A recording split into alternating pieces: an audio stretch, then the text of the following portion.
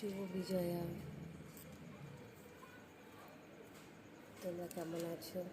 ভালো আছো? যারা আমার থেকে বড় তাদের আমার প্রণাম জানাই, যারা আমার থেকে ছোট তাদের আমার বুক ভরা ভালোবাসা জানাই। আর জানি এটা আমার কালকেই জানানো উচিত ছিল। বিজয়া তো কালকেই গেছে না, দশমী কালকেই গেছে, কিন্তু বন্ধুরা কালকের দিনটা আমার